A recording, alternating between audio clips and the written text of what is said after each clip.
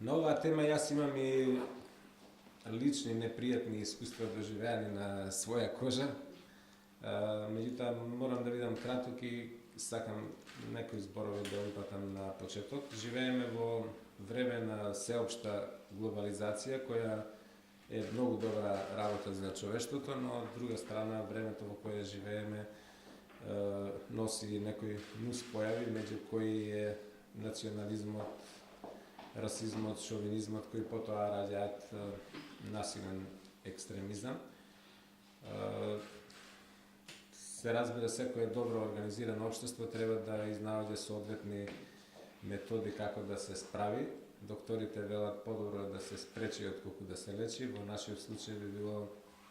добро да се каже дека е подобро да се превенира отколку да дојде до такви несакани последици. Такви несакани последици имало и ќе има, но добро е тоа што можеме да го правиме, да го направиме за да ги смалиме ефектите или потребата на некои наши граѓани да се занимаваат со такви недозволиви активности. Добар е составот што сте го повикале, мислам дека се тука вклучени институциите кои се најповикани, се надам дека сите ќе дадат, барем за тие што се под локалната самоуправа, можем да гарантирам дека ќе дадат соодветен придонес за проектот да биде успешен и да има добри ефекти од неговото реализирање тука во Велес. За среќа ние живееме во општина во која нема некои појави на масовен екстремизам, мислам кој реално се реализира, има појави кои се случуваат во некоја почетна фаза на заканување, посебно со злоупотреба на социјалните мрежи. Ова што го зборувавте ме потсети на 2001 година, тогаш бев свежо избран градоначалник, кога се случува немилите настани во дел од Македонија и кога тоа се почувствува и на нашата територија, затоа што имаме неколку села во кои живеат припадници на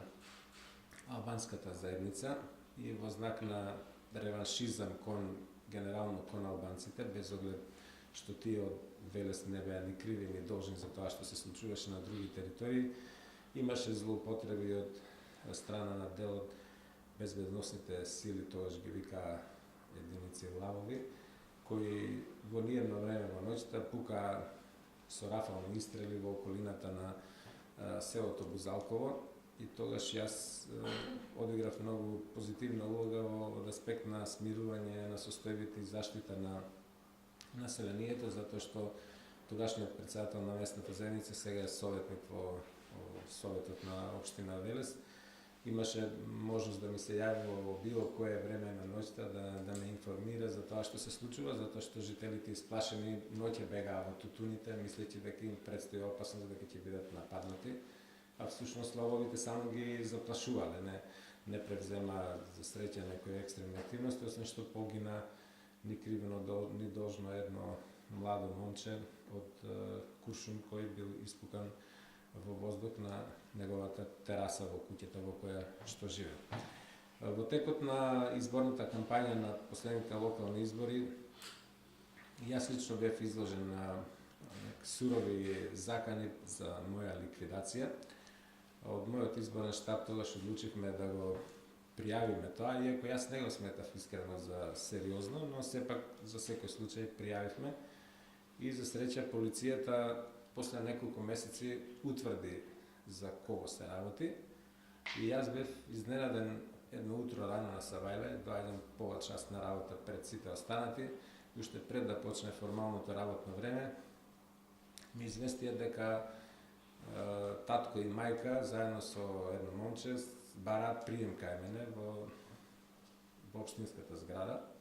Не бев претходно информиран од полицијата дека е пронајден сторителот. Се качи ја ги прими да поразговараме, дојдаа заедно со нивниот 14 годишен син, кој тогаш кога ги пишувал тие работи заканувачки против мене, во смисла ние те следиме, знаеме каде седиш, што јадеш, што пиеш и ќе те ликвидираме и така натаму. И јас бев пријатно изненаден, а уствари многу чудна ми беше ситуацијата кога таткото и мајката се, како да кажам, не се согласуваа со нивното дете и пред мене се однесуваа на начин за да го натераат да каже зошто го правил, како го правил, кој го поттикнал сето тоа да го прави и така натаму. Претходно тој признал се во исказите во полицијата, едноставно родителите се срамеа од постапките на нивното дете. Знаете како велат, има една поговорка која вели дека секој родител си ги сака своите деца, но секој родител не се гордее со сопствените деца.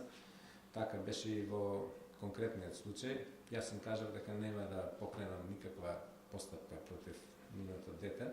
дека е доволно тоа што дојдоа, го сметав тоа за многу исправен гест од нивна страна. После тоа како се развивале работите, не знам дали МВР по службена линија води постапка или не, и тоа не можам да кажам. И после тоа, откако бев избран за градоначалник, посебно летото кога тука требаше да помине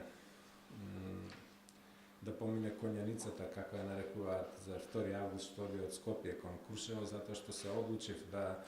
не им дозволам да престојуваат во градскиот парк, кој го користат многу луѓе, што е многу добро за велес, за рекреација, за спортување, туку им го понудив просторот покрај езерото Младост, кај што ќе можете да се искапат во езерото. Во фабриката за лажни вести тоа беше така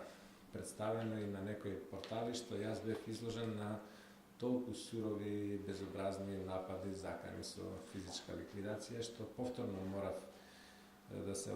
по службена линија да се обратам во јавното обвинителство за да преземат соодветни мерки. Немам повратна информација дали нешто утврдиле и така натаму. Социјалните мрежи, за жал, колку што се добри, заради тоа што има неодговорни граѓани, поединци кои знаат да ги злоупотребуваат, знаат да бидат и многу лоши. Ова е многу добра работа што вие сте го почнале. Добро рековте дека треба да бидат вклучени прво семејствата, потоа детските градинки, па училиштата и понатаму сите институции кои имаат придонес за да помогнат да се изградат вистински личности од децата, прво со добро домашно воспитување, а потоа со соодветно образование и воспитување во воспитно образовниот процес, за да знаат добро да ги одвагаат работите, за да има што помалку и инциденти на спортските надпревари, напаѓање меѓу комитите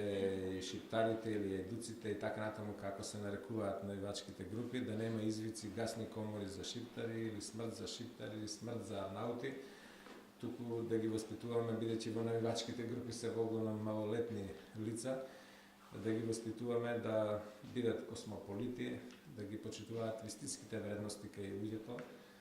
да ги делат луѓето на добри и лоши, на честни и нечестни, на способни и неспособни, а не на македонци, изопачено кажано шиптари, нели албанци или други.